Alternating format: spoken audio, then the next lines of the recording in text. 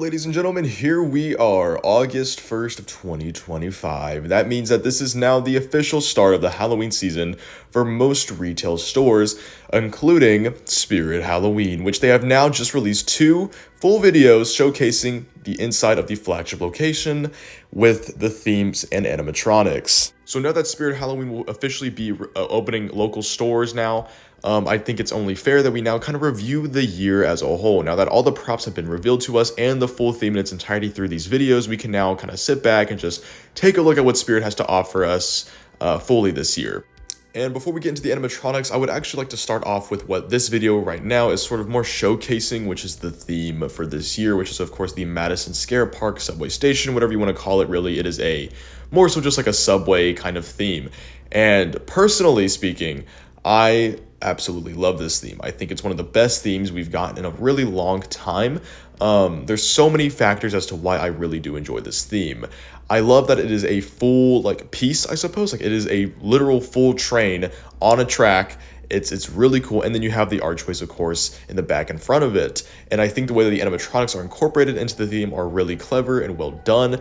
From the button they have to push on Headcase Harry to the photo op with the scary sitting scarecrow, I think all of it is really well done. And I think even in this video, you could see in the next video that's going to showcase, Jack the Reaper has been moved to where the Crypt Countess was, and then Bullseye was moved to where Jack the Reaper was. So they kind of switched places, I suppose, which is a good thing because that's what we wanted, because we felt like Jack the Reaper needed to be in the front and Spirit listened to that.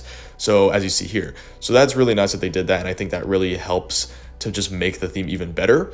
But this theme has a lot of incredible detail in it. You can honestly just see it everywhere you look. There's a whole bunch of little hints and nods to other Spirit themes and animatronics, such as the little girl from 2022, Betty Sharp, she's gone missing or something, so there was a poster on the wall of her, just things like that Spirit always tends to do. But I feel like this year more so than ever, they really enhanced those little details. And despite the fact that this is a one themed ISC, I think it makes up for just how incredibly large it is and how interactive it can be, I suppose. I mean, there seems to be a lot of things to mess around with. I'm not sure if that whole phone thing where you push the button and it kind of has a phone call to it. I'm not sure if that's a real thing or if that's just for the little thing that they posted. But if that is in the stores, that would be super cool and interactive, and just something that I feel like they really haven't done too much of before. So I'm hoping everything that they're showcasing here is actually in the store, which I assume it is, because why else would they showcase it?